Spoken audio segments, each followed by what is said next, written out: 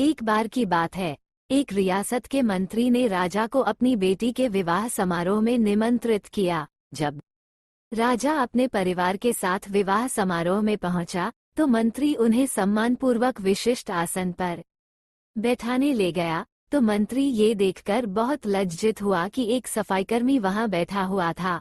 उसने सफाईकर्मी को सभी के सामने वहां से उठा फेंका और उसे बहुत डांटा। सफाईकर्मी ने बहुत अपमानित महसूस किया और बदला लेने की योजना बनाने लगा।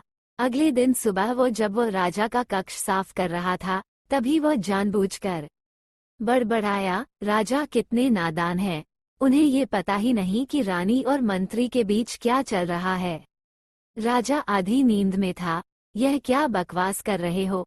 उसने पूछा। महाराज, मैं पूरी रात सो नहीं पाया, मैं तो नींद में बड़बड़ा रहा था, सफाईकर्मी जवाब में बोला। हालांकि उसकी बात सुनकर राजा के मन में संदेह के बीज पड़ गए थे। राजा अब मंत्री से चिढ़ने लगा और समय समय पर अपमानित करने लगा। एक दिन तो उसने द्वारपालों से ये तक कह दिया कि वे मंत्री को महल में घुसने ही न दें। मंत्री राजा के व्यवहार से बहुत चकित था, लेकिन कुछ विचार करने के बाद उसे समझ में आ गया कि सफाईकर्मी ही इसके लिए जिम्मेदार हो सकता है। मैंने उसका अपमान किया था और उसी का उसने बदला लिया है। अब मुझे उसे दोबारा प्रसन्न करना होगा, तभी वह राजा की निगाह में मेरा सम्मान दोबारा दिला सकता है। मंत्री ने सोचा। एक दिन उसने सफाईकर्मी को अपने घर भोजन पर आने का निमंत्रण दिया और कहा, मेरे दोस्त, मुझे क्षमा कर दो, मैंने तुम्हारा अपमान किया था, मुझे गलती का एहसास हो गया है। इन सुंदर कपड़ों को उपहार के रूप में ग्रहण करो, चलो मेरे साथ भोजन करो। सफाईकर्मी प्रसन्न हो गया। वो सोचने लगा, मंत्री तो अच्छा आदमी है, मैंने ही उस दिन गलती कर दी थी।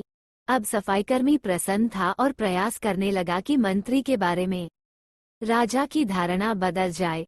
एक बार जब वो राजा के कक्ष में गया तो राजा सो रहा था। वह बड़बड़ाने लगा, अरे, राजा का तो दासी के साथ प्रेम संबंध है, बड़ी लज्जा की बात है।